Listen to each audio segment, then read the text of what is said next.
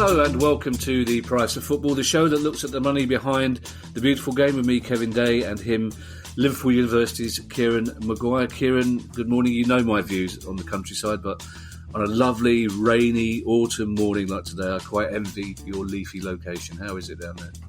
It is quite good, except I had a bit of an accident yesterday. We'd run out of ciabatta, so I got on my bicycle and went down to the local Waitrose to stock up. And as you know, I'm quite tall, and when I dismounted my bike, I managed to rip my jeans at the crop by about, the whole thing literally fell out. So I had to walk around Waitrose with my legs bound together, which was quite traumatic. Oh, that's good. It's the first time I've heard you use the phrase dismounted without it being a euphemism as well. Well done. You should have walked around. That's a very bourgeois accident, isn't it? On the way to Waitrose to get some more ciabatta. You should have just strode freely around Waitrose and people would have thought you were an advert for manscaping. Well, that's true, yes. I did cycle back. Actually, it was remarkably liberating. Cycling back with the crotch hanging out of your trousers. I imagine it would be, yes. Very cooling. And, of course, because I had Manscaped beforehand, no wind resistance.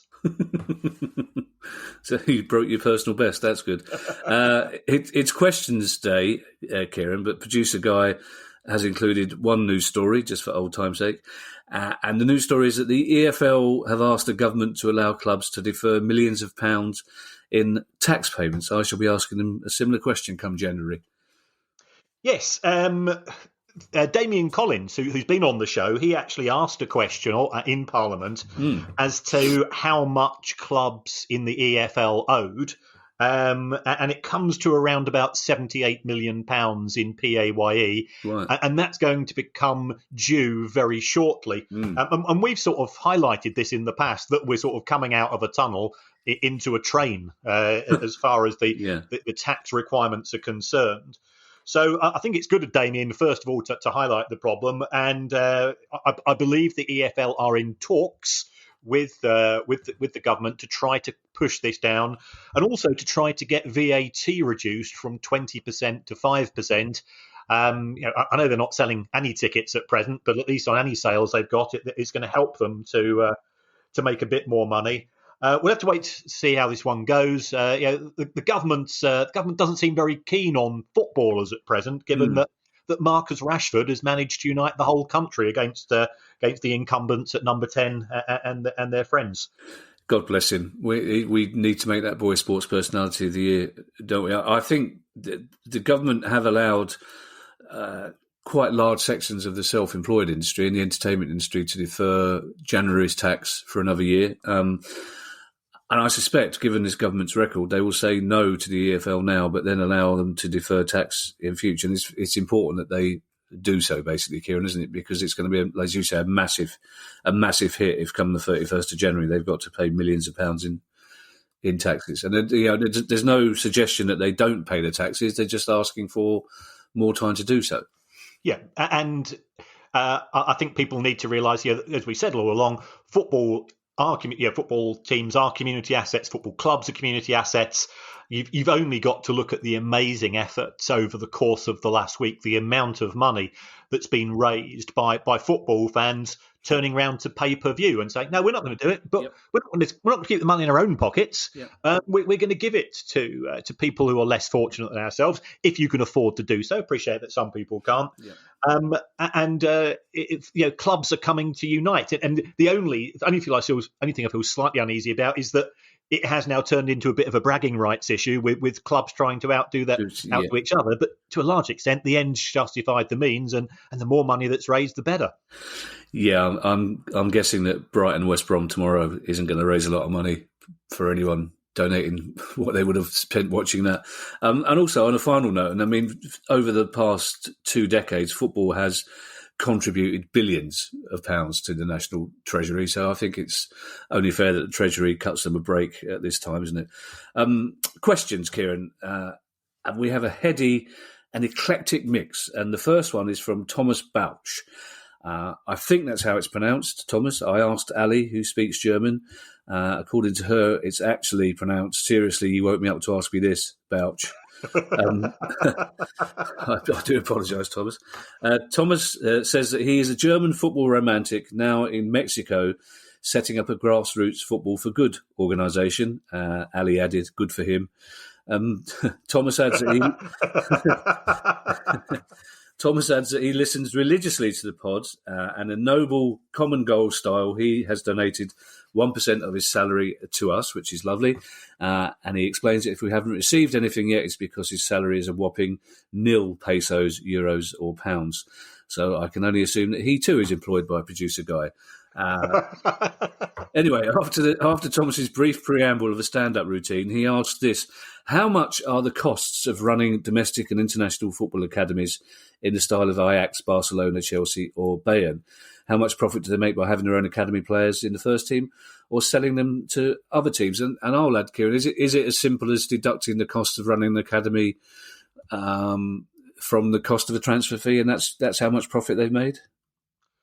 There's that, but there's also what we refer to as an opportunity cost, because if you take a look at clubs such as Manchester United, they've got Rashford, Greenwood, McTominay, and so on, playing for the first team on a regular basis. So that means it saved them having to go out into the transfer market and sign players of a similar caliber. So there's two aspects. You're absolutely right. It's transfer.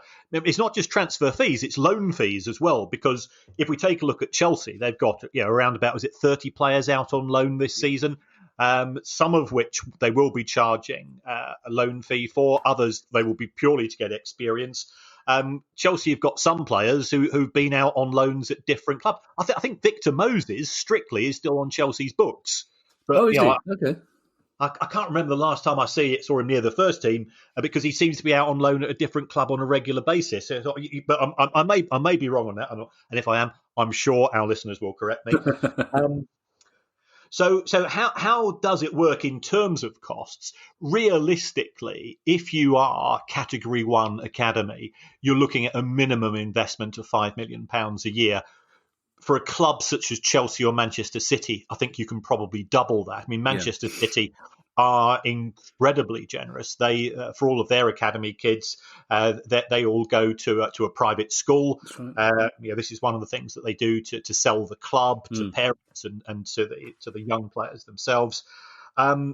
If you look at Chelsea have made more money than any club in the Premier League in each of the last 5 seasons from player sales. But that includes the likes of Solanke, Ake, Chaloba, Traore and so on. Yeah, that's £40 million in sales. So these things do tend to pay for themselves. It can be erratic, but the bigger they become, the more successful they tend to become as well, because on a percentage basis, if 5% of them turn out to be successful, 5% of a large number can generate an awful lot of transfer fees. To be fair to Thomas, he did also mention loans as well as transfers, but I had to sub something out of that question, so I just took the words "and loans" out of it. So don't get cross, Thomas, and carry on with your good work in Mexico. Now, Apu Vyas asks a question with no preamble, but it's a very interesting one, touching on a subject we've talked about a lot in the past. Do clubs use the multi-limited company structure to get around FFP? And if so, why aren't more clubs doing it? And if a club does use a multi-limited structure, how is it decided which limited company will be subject to the FFP ruling? Right. Are they using it? We can't say that they are doing it, but we can say that it's possible that they could do it. Okay. I've just consulted my pub lawyer on that particular issue. In terms of a multi-club structure, the advantage is, of course, that you can spread the costs between all of the different companies. So if we took a look at the City Football Group, I think that lost around about £70 million last year. But Manchester City Football Club, which is one of City Football City Football Group, managed itself to break even. So there's an advantage if you've got central costs, legal costs, HR, training, other facilities. Those can be spread and perhaps allocated on an unusual level to the clubs, the satellite clubs in Belgium and in New York and Australia, which themselves aren't subject to financial fair play. So Is that feasible? Yes, it is. In terms of his sort of second question, which one is subjected to the FFP ruling? Normally, if you take a look at the books of the Premier League Limited, or the English Premier League Limited and the English Football League Limited, they actually publish each year who their shareholders are. And it tends to be these shareholders who are the institutions which themselves are subject to FFP. So that's how that particular issue works. Right. You know that pub lawyer you consulted, is that you? Yes. Okay. I just thought we should clear that up for legal reasons. Dara Martin is a West Brom fan. Good luck tonight, Dara. Don't forget to boycott pay-per-view. West Brom, he says, got in the region of £180 million for getting to the Premier League. And Dara understands from listening to this very pod that most of that is paid at the start of the season. But West Brom said at the start of the summer that their transfer budget was only going to be £25 million. I know, says Dara, that there are player bonuses, etc., to pay, but where would the other £155 million left over go? Right. First of all, I think it's a myth that you're going to get £180 million straight up from being promoted to the Premier League. Okay. That £180 million consists of a minimum of 1 year in the Premier League and then 2 potential years of parachute payments. So it's £180 million spread over 3 years. Right. Okay. In terms of what West Bromwich Albion are likely to get, in their first year in the Premier League, taking into consideration the loss of the Chinese TV deal and the fact that rebates are being given to some other broadcasters, if the side that finishes bottom of the Premier League this year, I estimate will receive somewhere in the region of £80 to £85 million. So putting a transfer budget of 25 million net against that allows you to increase your wage bill by probably around about 35 to 40 million. When they're in the Championship, West Brom were losing 350 grand a week. Wow. So you've got to take that into consideration as well. So there'll be upgrades on 1 or 2 things to make them Premier League compliant.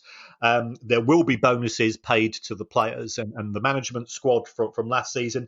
So that's where, if the club wants to break even, and you know some owners are willing to underwrite losses. If the club wants to break even, then I would say potentially a spend of it in the region of 25 to 30 million is probably about par. That £180 million myth is one that I've been happily propagating, so I'll probably better stop doing that, considering I host a finance football pod. The upgrading thing is quite interesting as well, because we have mentioned this before, that you need specialist broadcasting equipment for the Premier League, catering, press facilities for the Premier League, etc. But presumably a club like West Brom, who have quite recently been in the Premier League, would have those facilities already, wouldn't they? Same with Fulham. So that's an expense they wouldn't have to go to. Yes, I mean, I think the routines are changed each year in respect of the broadcasters. You now have to be HD or 4K compliant in terms of things such as your floodlights.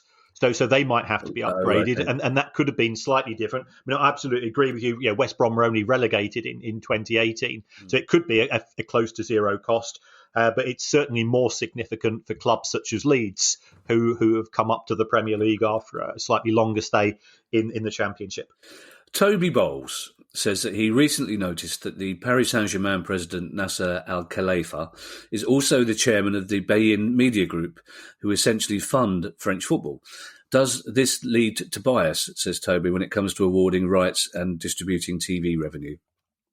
Well, the rights and distribution model has to be agreed by all of the clubs in League One, or rather majority. So Bein are not in a position to say that we're going to give more money to PSG. Having said that, they do end up with more money simply because of the fact that it's always tiered, just as in the Premier League, so that the club that finishes top gets more money than the club finishing second, and so on. There are some big issues in French football. PSG make 1/3 of the total revenue generated by French League One, and that's not healthy. They win it every year. It's a bit of a procession. If you take a look at where PSG were a decade ago, before they were acquired by Qatar, 10 years ago, their revenue was 101 million compared to, say, Lyon at 130, Marseille at 150. Today, it's 650 million and Lyon's only 220. So they're 3 times bigger than the second biggest club in France. And that doesn't make for healthy football. So, but I don't think Khalifi can abuse the position. But French football is a bit of a mess. It made operating losses of over 700 million euros in 2019. It has had a bailout from the French government, but the irony is that the bailout is paid to clubs in line with the amount of TV money that they receive. So therefore, the French government is giving money in effect to the Qatari state broadcaster. I mean, on a purely football level as well, that lack of competition in the French league for PSG is reflected in their performances in Europe as well. Really, I mean, if it's so easy for them to win games week in, week out, and then they're losing to what is by far not the best Man United team of a long time, that's not good for them, is it? It's not. I mean, they did get to the final in August, but I think they probably underperformed as to where certainly the owners would expect them to be. But if you've got a walkover every week, it's difficult to maintain that level of competition and adrenaline for matches. You can't. You and I both know this. You can't just switch it on. Well, that's for another pod, Kieran, because occasionally we can. From the French league to our league, Jonathan Melling says it's clear that the Premier League and the EFL are 2 completely separate businesses and governing bodies. How common is this across Europe that the top league is run independently of the leagues below? What are the pros and cons of this arrangement, financial or otherwise? Right. I mean, he's absolutely right. It's certainly very unusual as far as football is concerned. And in fact, we've got 3 governing bodies because we've got the Football Association, the English Premier League, and the English Football League.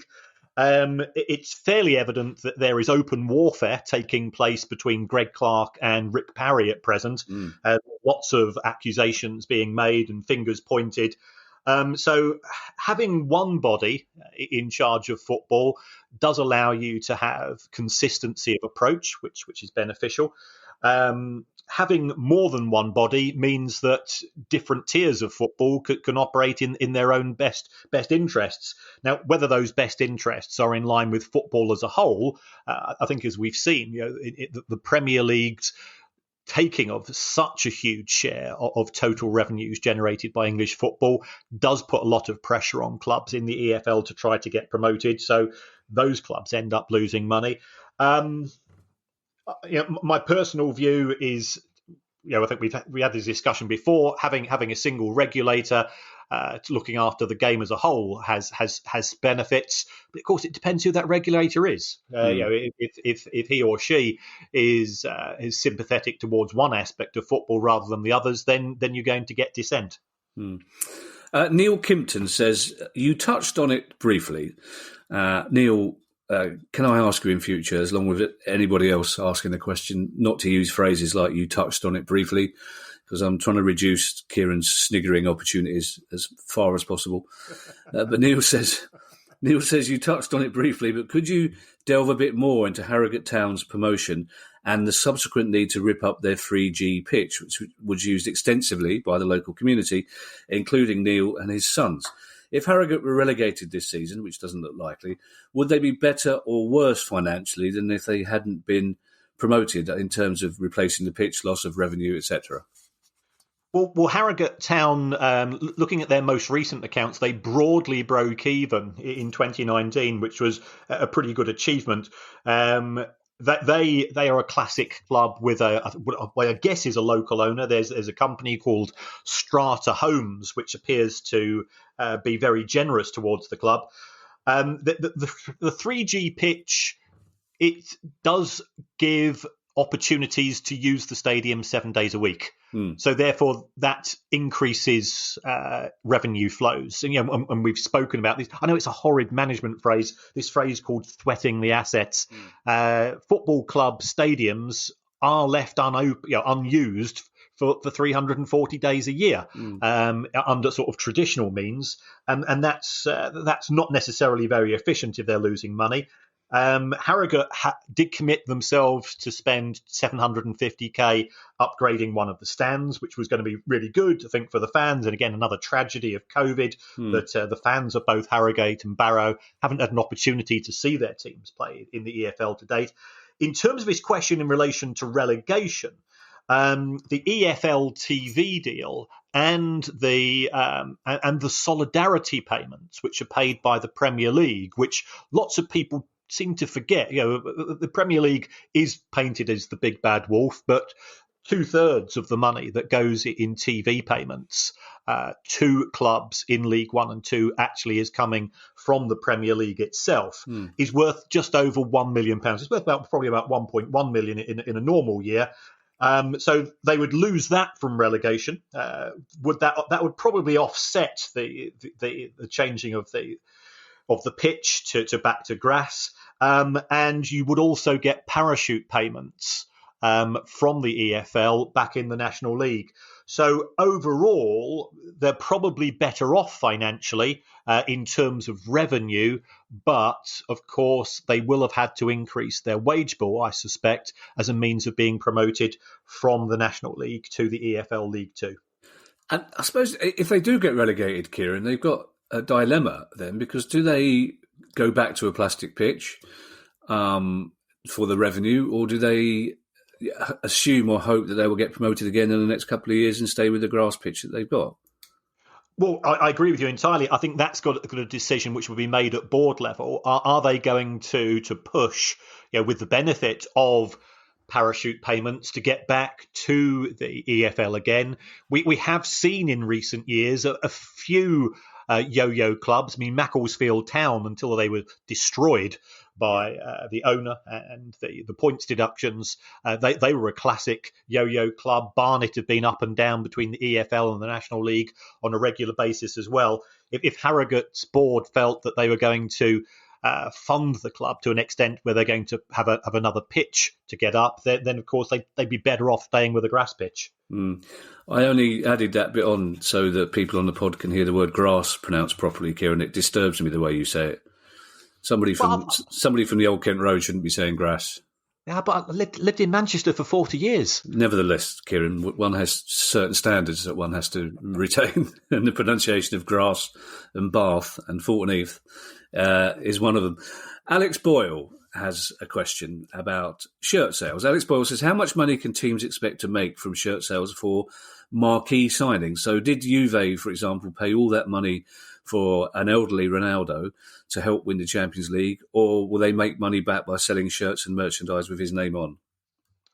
I think there are probably a handful of players who can make a difference financially to merchandise sales. If you take a look at the likes of Messi, Ronaldo and Neymar, between them, they've got 540 million followers on Instagram. Wow. which is more than their respective clubs have. So that's a hell of an achievement, and that can shift units of product. In terms of if it was a lesser player, I would say the dial probably wouldn't shift very much, because even if it's a domestic issue, all that you tend to do is that you change the name. If those people that like player names on the back of their shirts, and personally I don't, you just shift it from one player to another. So it doesn't actually, you're not going to buy two shirts. You're going to buy one shirt, and you might have Messi on it instead of Sterling if you're a Manchester City fan, and that deal goes through next season. In terms of your international or your global sales, I think it can make a difference, simply because there is evidence that there is a generation of football fans coming through, and you're going to shudder at this, Kevin, who follow the player rather than the team. And therefore, I'm a fan of, somebody say, I'm a fan of Ronaldo, I'm a fan of Messi or Neymar or whatever. Yeah. And when the player moves, their attention moves with it. For that particular demographic, then there would be an impact upon shirt sales. But remember, the players themselves, they will have IP rights, intellectual property rights, in respect of shirt sales, and they will get a slice every time that a Juve shirt is sold with Cristiano and 7 on the back of it. Assuming he's wearing the number 7, then he will get a slice of the action. Oh, okay, that's interesting. Our next question comes from Stuart Copperwheat, which is a brilliant surname. Quite Dickensian. Stuart, if you want to get in touch and explain where your surname derives from, I'd be fascinated to know. Stuart is a QPR fan, which he wins in this surname stakes, he loses in the football stakes. But QPR bought Luke Amos from Spurs and Lyndon Dykes from Livingston over the summer, both for undisclosed fees. So Stuart wants to know, what are the pros and cons for either clubs in not actually disclosing fees? I spoke to a club chief executive on this very topic, and he said that most clubs are aware of the budgets that other clubs have. So by not disclosing fees, it allows you to keep things a little bit more secretive, and therefore when you might be negotiating for another player, the selling club won't know whether your budget still remaining is 5 million or 10 million or so on. Okay. So that was the reason given. Also, in terms of the players themselves, it's to put less pressure on a player. If a player comes in and you've said that you've spent £30 million on him, from the fan base, there comes a certain expectation that he's going to deliver a prescribed number of goals. You've only got to look at the likes of Wesley at Aston Villa, Joe Linton at Newcastle, Sebastian Haller at West Ham. 30 to 40 million pounds has been the quoted fees, and the fans are going, well, is that what you get for 30 million quid? Yeah. So therefore, if he's undisclosed, then the fans aren't really quite sure what to expect. We've had this discussion before about Ayew at Palace, that for £1.5 million, he's done a fantastic job. Whereas if that signing had been for 25 or 30 million, you as a Palace fan might be thinking, well, I'm a bit disappointed. So it actually can work in the favour of the player in terms of the amount of pressure that is put onto him from fans, either in the grounds themselves or via social media. So, I have no actual proof of this, Kieran, which has never stopped me spreading things before. But it seems to me that undisclosed fees normally tend to be at the lower end of the market. Well, if a player is costing a lot of money, clubs tend to be quite happy to reveal that. But it tends to be the players that would probably cost £500,000, £1 million, £2 million, where it's an undisclosed fee. And quite often I assume undisclosed fee means free transfer, but that's not the case, obviously.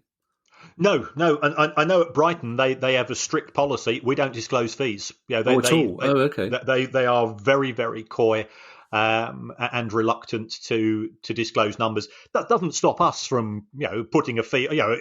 We as fans will say, well, it's got to be X million or Y million or whatever.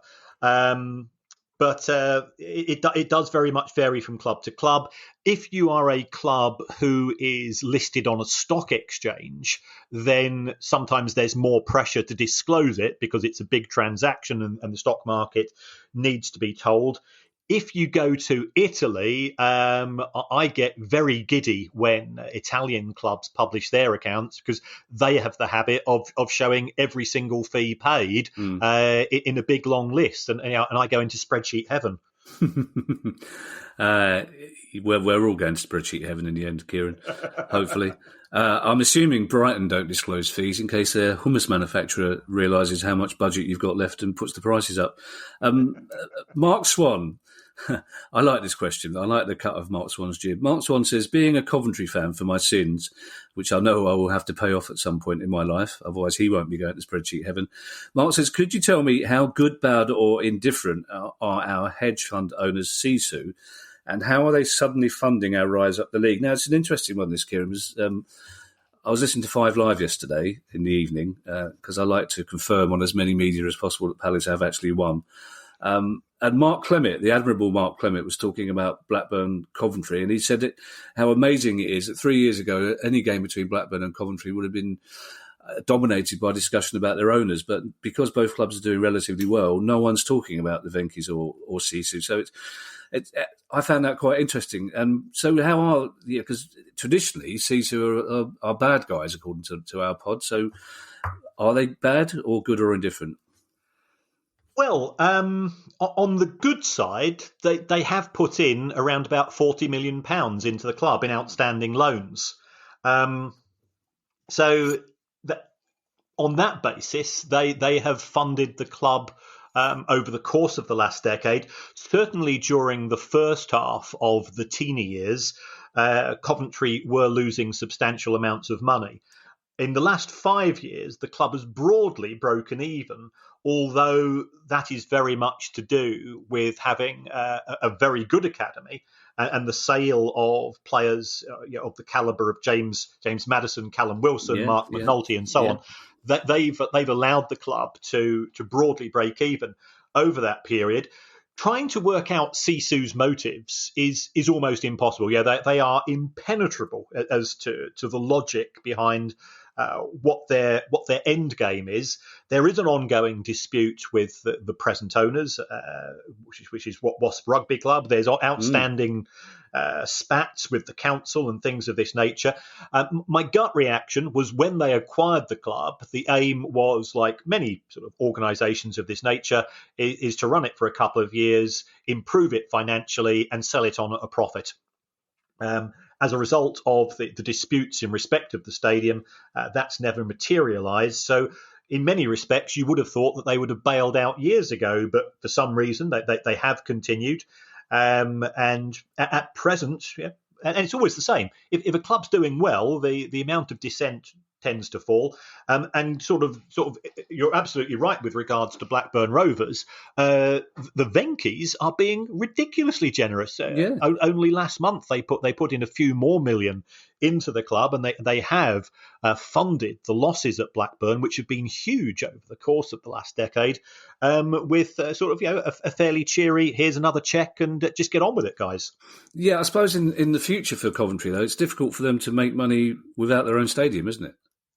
Well, that's right. Playing anywhere with before an empty crowds is of course bad news financially, but playing for the foreseeable future at St Andrews, or the Trillion Trophy Stadium, to give it its official name, is bad news. Any club which has ever been a tenant tends to get the short end of the stick, and that's not a dig at the landlord. But you're always going to look after yourselves first, and in terms of things such as catering and merchandise and hospitality sales, the host club is going to pick up the lion's share of that. So until they do find a new stadium, and there has been talk, of course, about something taking place at Warwick University. Then it's going to be a struggle for the club to push on any further. Now, Kieran, you know how Guy likes to keep mistakes in because he thinks it makes the pod more real. He's going to really enjoy this because I've just realised I owe somebody an apology looking at my handwritten script. Either I owe Mark Swan an apology for the question he just asked, or I owe Philip Swan an apology because quite clearly I've written down the surname twice. It could be that it is a Philip Swan asking the question. It could be Mark Swan's brother, but I suspect I've just wasn't paying attention and I've just looked at both questions and put Swan down twice. Or, as my writing's so bad, it could be that Philip Swan is Philip Shaw, or Mark Swan is Mark Shaw, in which case I retract my apology. But I've got one of their names wrong, Kieran, basically. And I made a balls up of explaining it as well. So Kieran, a guy will love that. And so I just called him Kieran instead of Guy. So he's just piling mistake on mistake here, aren't we? It's like, you're giddy on being in the top 6, Kevin. Top 5, I think you'll find, which is again another mistake because the top 5 is in the top 6 as well. But it's amazing how many screenshots I got of that league table yesterday. I think every single person on every Palace WhatsApp group I belong to screenshotted that. Is that a word? Screenshotted that? Anyway, Philip Swan, Shaw, Mark's brother, whatever. It's a shame. It's a good question. Philip has been thinking about the recent Lionel Messi situation and buyout clauses. Could a player, says Philip Swanshaw, buy himself out of a contract and join whoever he pleased? And could a third party, like a state or an agent, buy a player out of his contract to get around regulations? Right. My understanding, and this question is from Philip Swan. I don't think it's connected to the guy that owns Scunthorpe. And the previous question, according to my typewritten version, is from Mark Strong, which is a word which I don't even think you managed to get in all of your apologies. Do you know what, Kieran? You could have saved us all a lot of trouble if you'd interrupted me and said that earlier. Do you know that? You just enjoyed it, didn't you?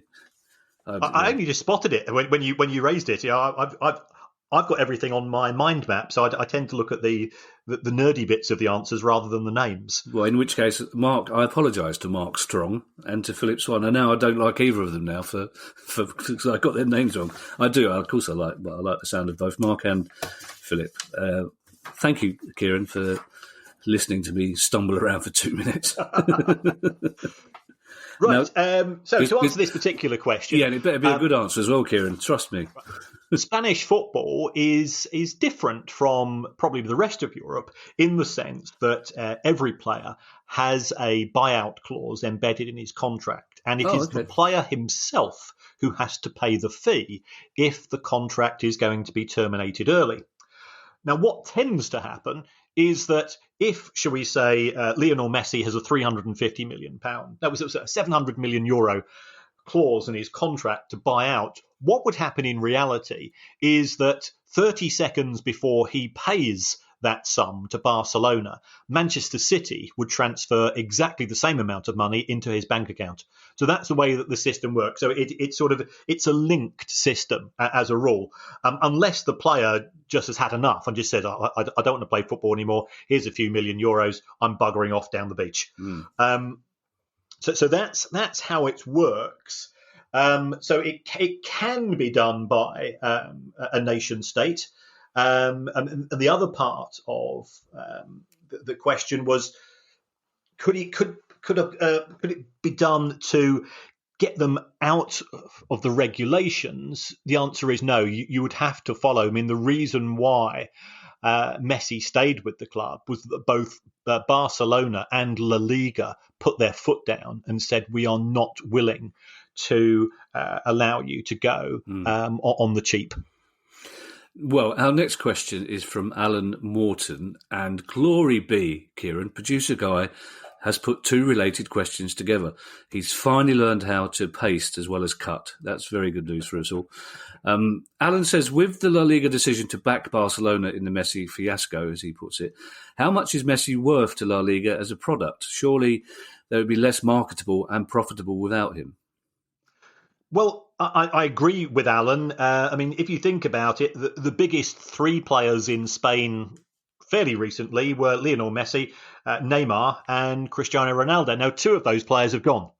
Now, from Spanish football's way of seeing itself, which is one of the leading lights of world football, for them to lose their three biggest stars doesn't reflect particularly well. And that's another reason why La Liga did come fairly hard in terms of, was it willing to be flexible in terms of the release clause.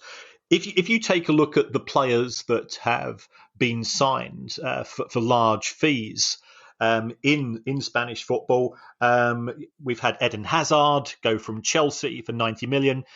He scored one goal in a year. Philippe Coutinho is Philippe who. So that was that was an attempt to replace the Galacticos with more Galacticos, and it's been pretty hit and miss. You've got Griezmann. I know Griezmann has gone from one Spanish club to another, but Griezmann's not been a success. Felix has not been a success hugely as well. So Spanish football, in terms of the way it's trying to sell itself to an international audience, is really very reliant on Messi as the one player that people have heard of if they're based in the States or if they're based in Australia or whatever, and La Liga's trying to sell the rights there. David Stout says, I have a quick amortization question. Well, hey. I genuinely laughed when I read that, which is really annoying for Ali because he just got back to sleep. But that just made me laugh. I've got a quick amortization question. Let's say, says David, that a player underperforms to such an extent or does something illegal that makes the club want to nullify their contract. Let's also say that they are 2 years into a 5-year contract, having been bought for £50 million, amortised at £10 million a year. The club and the player mutually agree to cancel the contract and the player leaves on a free transfer. What happens to the £30 million left unaccounted for? Can the club amortise still for the next 3 years, or do they pay it off as part of cancelling the contract? So it was a question about amortisation, but it sure as hell wasn't quick. That's true. Right. What happens here is that we move away from the rules of amortization into what is referred to as impairment.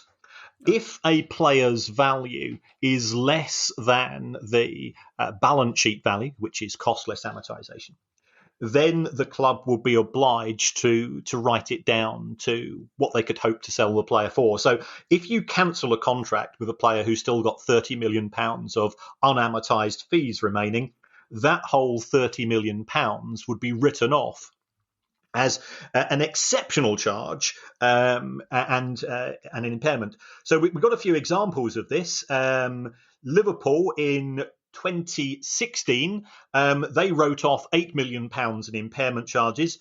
They were coy. They were not willing to name the player. I'm willing to put a large amount of money on the fact that it's likely to have been Mario Balotelli because he came, but I think he was on a 3-year contract. The first year, he didn't do a huge amount. The second year, he went out on loan, and then he effectively had his contract cancelled. It's also quite common if a club is relegated, you look at the value of the squad on your books and you say, well, I think the technical term is a bag of shite, and therefore we think they're overvalued. So when Villa were relegated in 2016, they put through £34 million worth of these impairment charges. And you might say, well, why do they do that? Well, it comes back potentially, and I'm not saying this is the case, of course. If I was a scheming creative accountant, I'd be trying to put through my impairment charges in those years in which I was in the Premier League, because you're allowed to lose far more money for FFP purposes than you are in the EFL. So this is a way of accelerating your losses in terms of amortization into those years when you're in the Premier League and you're actually allowed to lose more money. Now, I'm not saying that was the motive of Aston Villa, of course. Yeah, that's my nervous laugh in case lawyers are listening. Mark Younger, Kieran, says, as a Sheffield Wednesday fan, I always wonder what our owner gets out of owning the club. We make huge losses each year, and as our season goes by, we are further and further from promotion. Can he still make money out of us? Well, if he does make money out of Sheffield Wednesday, especially when they started this season on minus 12 points, it will be a hell of an achievement.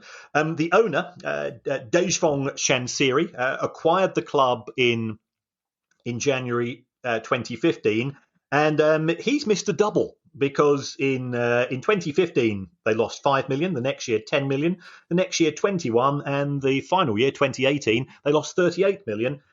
He's still not published the 29 accounts for reasons which are completely unclear. It is in breach of company law, so nobody's quite sure what his motivations are.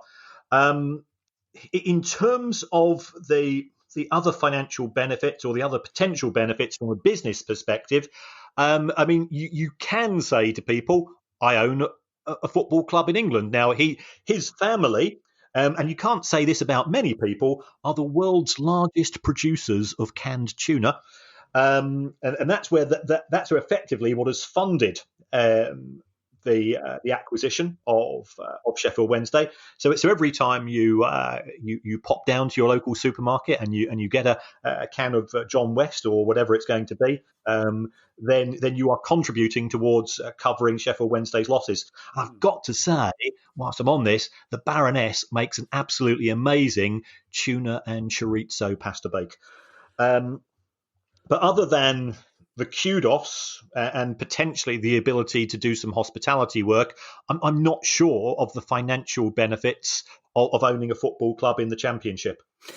Yeah, I'm on about to say, Kieran, that he may be Mr. Double, but I am Mr. Pedant. And on behalf of all those pedants listening, that you technically can't say it about anyone, Kieran. If they are the world's largest producers of tin tuna, then they are the world's largest producer. No, you can't have another largest producer of tin tuna in the world. And secondly, I'm sure that the Baroness's tuna and chorizo bake is lovely, but there is one big problem for it, as far as I'm concerned. It's got tuna in it. I don't like oily. I used to, a long time ago, I went out with a girl who ate nothing but tuna, and it was like snogging a cat. It was. I'm not at home to tuna. Cheers. I got told off in a Japanese restaurant recently because Ali made me try it, and I had to take it out of my mouth, and the family next to me didn't. Really? It's disgusting. Oh, no, why would anybody eat tuna? I don't. It's fish in general. A tuna steak is absolutely amazing. It's clearly we know you're a wrong-un, Kieran, because of who you support. But seriously, that's the view of a wrong-un when it comes to tuna. That's serious. Tin tuna. Wow. Anyway, this is a byway I wasn't expecting to explore on this particular pod. Our final question comes from Jamie Donnelly, and Jamie starts this question with a prefix. He says, this question is undoubtedly going to annoy Kevin, as I'm a Real Madrid fan from Ireland. And he puts there, I've never lived in Spain.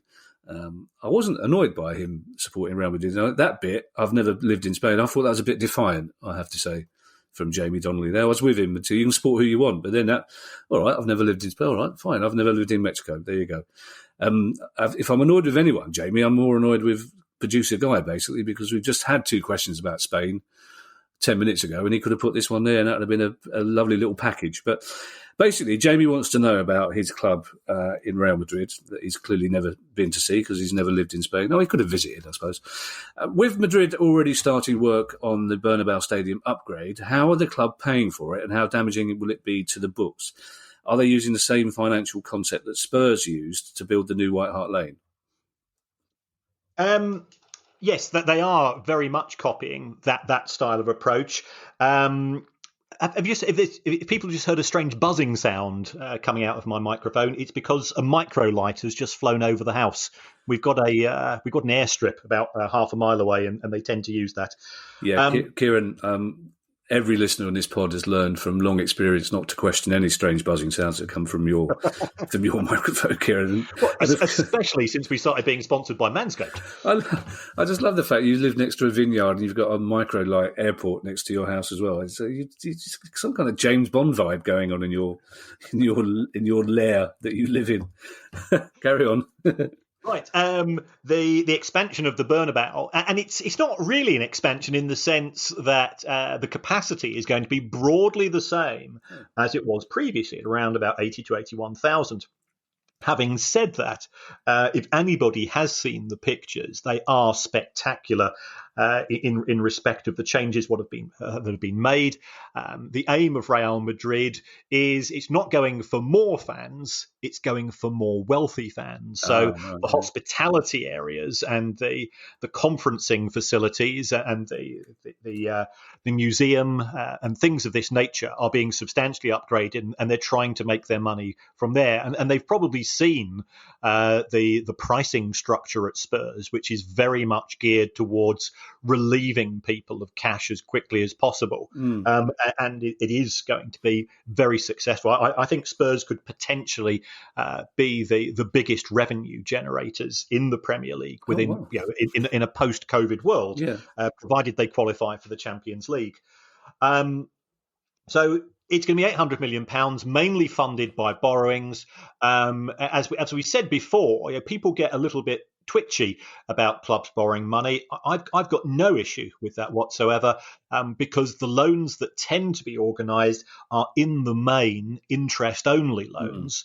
And you can borrow, if you're a large institution such as Real Madrid, you can borrow at relatively cheap rates. Certainly Spurs are borrowing between 2.5% and 3.5% on the majority of their borrowing. So you look at the additional income which will come from selling more seats to the prawn sandwich brigade, or whatever the equivalent is in Madrid. I'm sure it's far more sophisticated than that.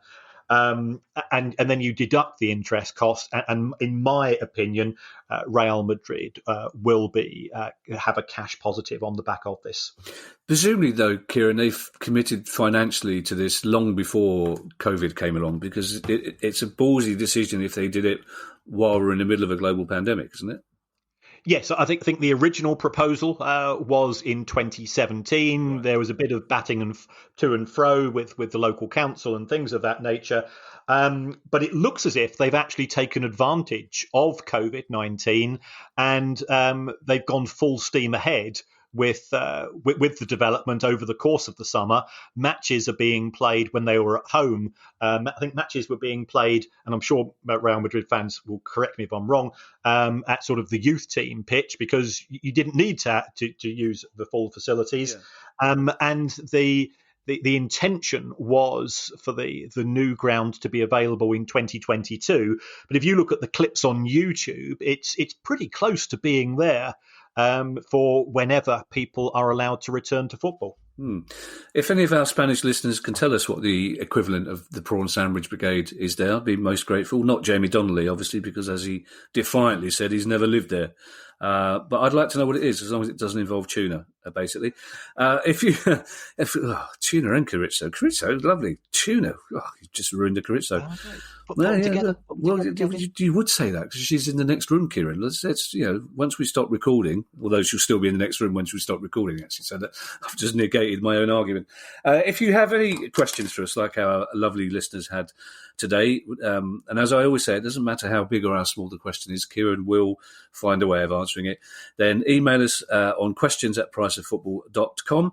I will say goodbye and we'll see you on Thursday. Kieran will leave you with a message. Okay, well, once again, folks, thank you very much for the feedback. Thank you for the reviews on Apple iTunes. We don't know why, but it does make a difference. If you could give us a 5-star review, if you do enjoy the show, we are very grateful. We do genuinely try to put on a good piece of research and a show for you. It doesn't matter what you write. We'd much rather you just subscribe. If you want to say something nice, then that's great. But if you, as long as you give us a 5-star review, we're quite happy. You could say you'd rather the show was hosted by Lee Hurst and Priti Patel. It doesn't bother us. So until then, until we see you again, hopefully on Thursday, stay safe, look after yourselves, keep in touch with people. I know we're all separated in many parts of the country physically, but let's make sure we keep in contact as many alternative ways as possible. Until then, look after yourselves. Yeah, we're going to get a 1-star review from worldoftuna.com, aren't we? Bye, everybody. Bye. The price of football.